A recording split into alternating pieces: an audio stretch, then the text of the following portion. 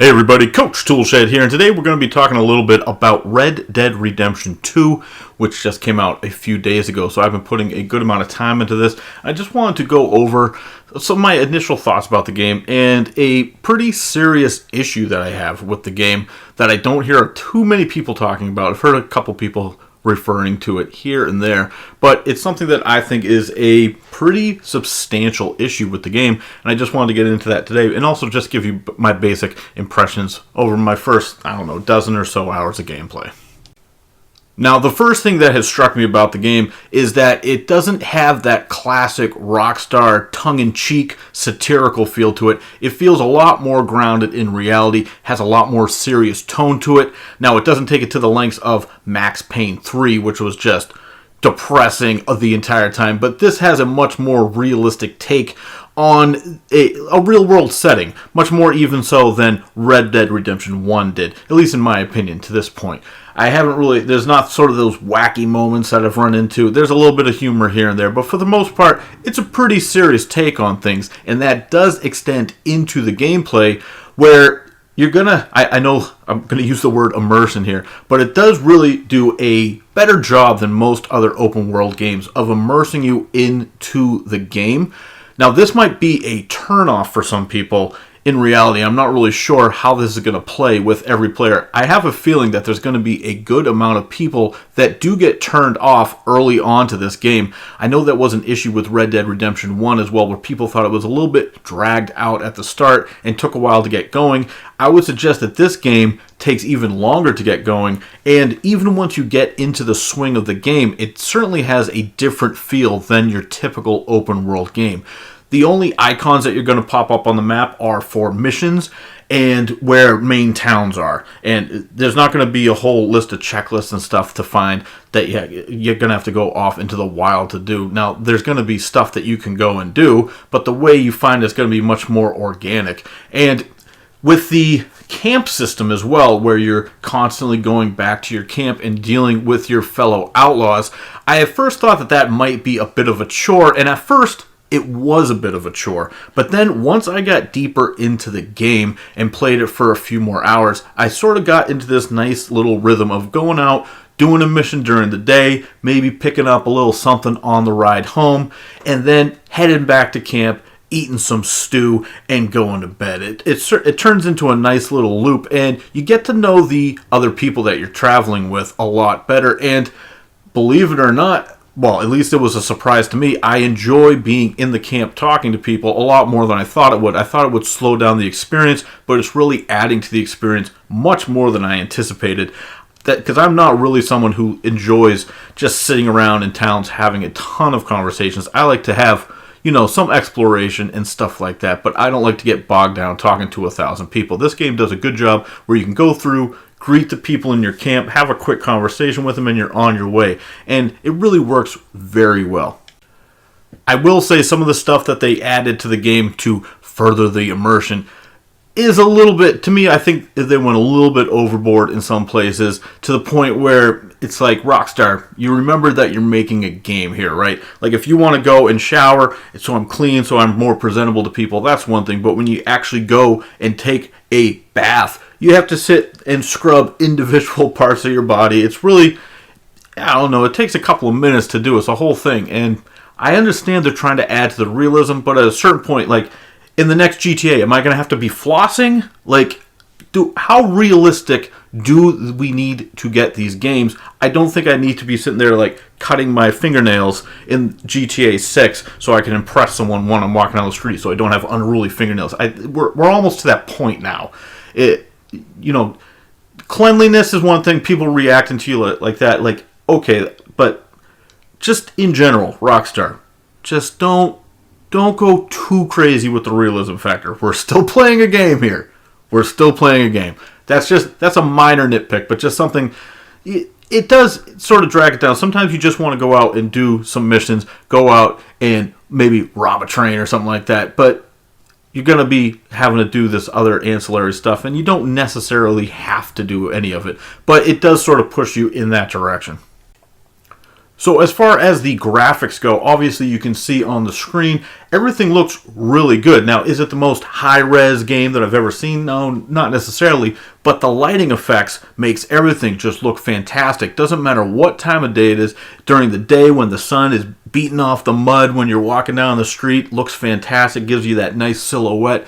Whether it's nighttime and you have the moonlight shining through the trees, all that looks fantastic. And if you're walking through a town and the fires and the interior lights from the buildings and the different lanterns, all that gives off a nice ambient glow, makes everything look great. And even from a far distance, everything looks really good. The draw distance, I've seen better, but as far as draw distance goes with this level of detail, it looks really, really good. Now, it's still Rockstar, so the characters still have that sort of cartoonish look, not super realistic, and Arthur does look much better than the other characters in the game, which is a little bit jarring at times in the cutscenes because he looks so much more defined and that resolution to his character is so much more defined than the other characters. It is a little bit off-putting. That's just standard game design in this day and age, though. They put a lot more work into the protagonist, but in this game I have noticed it's pulled me out a couple times just because I'm sitting there trying to listen to that. I'm like, wow, it's shocking how much better Arthur Morgan looks than the character sitting right next to him. But once again, that's a minor nitpick. Everything's done pretty well in the graphics department. I wouldn't say, I've seen some people say it's the best looking game they've ever seen. Well, as far as lighting goes, it might be, but we've seen some better looking games come out in the last couple of years. I will say that, but it still is really, it's right up there. Looks fantastic, as you can see on the screen. As far as the story and the characters, I'm not having any problems with that. I'm enjoying getting to know some of these characters. There's a nice little sort of back and forth sort of history between the main protagonist, Arthur, and John Marston, who is in the outlaw gang that you're with. They have a nice back and forth. They don't really like each other. And as you get deeper into the story, you're going to uncover more of that. I actually have a mission to do with John coming up here. That's something I'm going to be tackling next. So I'm going to be interested to see where that goes. And in general, I like most of the people that you're traveling with. The dialogue all sounds good. I haven't really noticed any weird voice acting. It all sounds pretty good. And I am enjoying most of the people in the gang that you hang out with. So far, I really don't have too many complaints as far as that goes. And the story is interesting.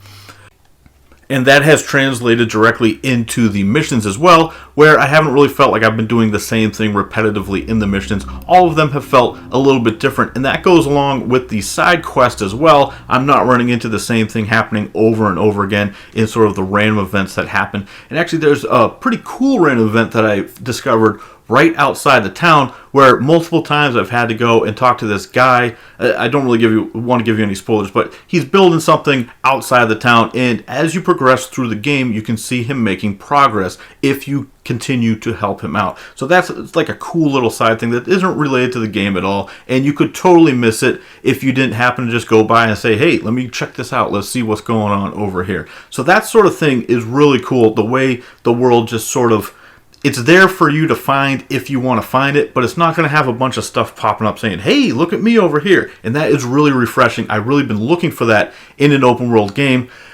It does come at the cost of, though, you are doing a lot of traveling on horseback with not a whole lot going on besides just the pretty graphics to look at.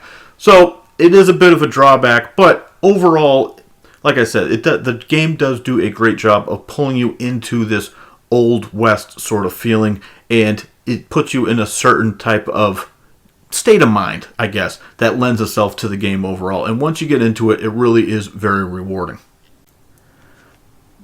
Now that we've gone over some of the basic stuff, I have to get into something which is a major issue for me with this game. And it's something that I mentioned. I did a preview video for sort of all the fall releases about, I don't know, a month or so ago, maybe 6 weeks ago. And when I mentioned Red Dead Redemption 2, the one thing that I said I really wanted them to sort of fix compared to the other games is the way the characters control and the gunplay.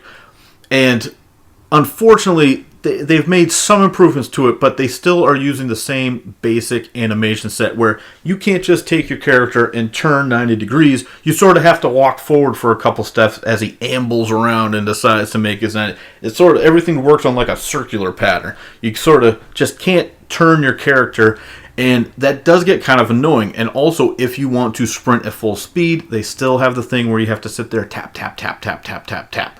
Now, there are button menu options where you can toggle off the regular jogging speed, sprint, and stuff like that. And there's different dead zone controls configurations that you can get in and adjust to make it feel a little bit better. But overall, it's something where the default settings just feel pretty bad. And I don't see a whole lot of people discussing it. And I'm not sure why. All I see is a lot of 10 out of 10 scores. And if you look on Metacritic, you'll see that it currently has a 97 on both PS4 and Xbox One. It's actually dropped on Xbox One. It was a 98. But now, as it currently stands, they're both a 97. So you look at it and be like, oh, these games are amazing. But the gameplay itself, the physical gameplay, the way it feels in your hand, I think still has that Rockstar clunkiness to it. And I really wish that they would have fixed that. Now, I know that Rockstar thinks that it feels more realistic to have your character walking at 1 mile an hour down the street. I personally don't. I wish it was a little bit more responsive. I would rather it feels good in my hands than looks cool and cinematic on the screen. I understand what they're doing. They want all the shots to look like, this badass cowboy walking down the street. But in my hands, I'm just sitting there like, hey, buddy, can we move it a little faster? This is the one, and this ties into the gunplay as well, where the default setting, once again, is using full auto-aim, which is not what most people like. That is sort of, that's usually relegated to easy mode in most games. The problem is, once again, with Rockstar, is if you toggle to free aim mode, the gunplay just doesn't feel good at all. It just doesn't. It's jerky to aim. It's better than Red Dead Redemption 1, which was horrendous, and Max Payne 3 and stuff like that, but still, the free aim in Rockstar games still leaves a lot to be desired. For a company that has all the money in the world at their disposal, I really wish that they would have taken the time. If auto-aim is your default setting, your shooting mechanics suck. That's the bottom line. And Rockstar still continues to use the auto-aim as a feature, and I just tell my friends, just suck it up and use the auto-aim, because the free aim is just going to be even more annoying than having the guns snap to every enemy that you see. Just embrace it and get through the game, because I've tried to use free aim in Rockstar games before. I've tried it in this game as well, and it's really just not enjoyable. This is my main issue with the game. And I see some people complain about this, but once again, most of the reviews don't discuss it at all. The character still controls like a log walking on the ground that you have to spin to get going this way, and then spin it to get going this way, and it really, they can do better. Most third-person games feel better with the shooting mechanics. Not all of them, but most. And most third-person games feel better when you're moving around. Now, as far as first-person goes, I've dabbled with it a bit. It's okay.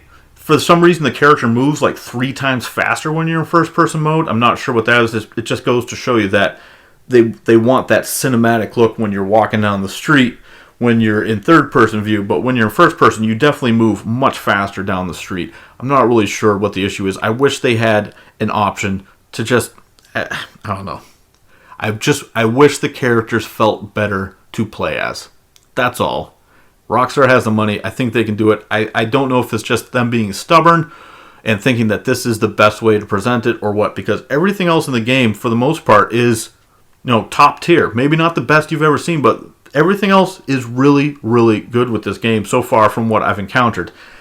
But the character control, the minute-to-minute gameplay of how does the controller feel in my hand, that's a big strike against the game as far as I'm concerned. But anyway, overall, I would say, yes, this is a very good game, but it does have some caveats to that. And this is not a game that's for everyone. I will tell you that right now. This game will be too slow-paced for some people. If you are really just want that action, this probably is not a game for you. And it does feel different than other Rockstar games that you've played. So just keep that in mind. I'm not saying don't get the game if you're interested. I'm just putting this out there as a caveat. This game is not for everyone, including Rockstar fans. It's a little bit too slow-paced for some people. I guarantee you that. But I enjoy it. But anyway, that's it for me. I'm Coach Toolshed. Let me know what you guys think down in the comments below. I'm sure some of you guys are going to be pretty upset that I'm not just glowing with praise for this game, even though I do really like it. But I'm sure people are still going to get upset anyway because I'm too negative. But anyway, let me know what you guys think. Please subscribe if you want to stay in tune with the channel. And as always, keep it turned to 11.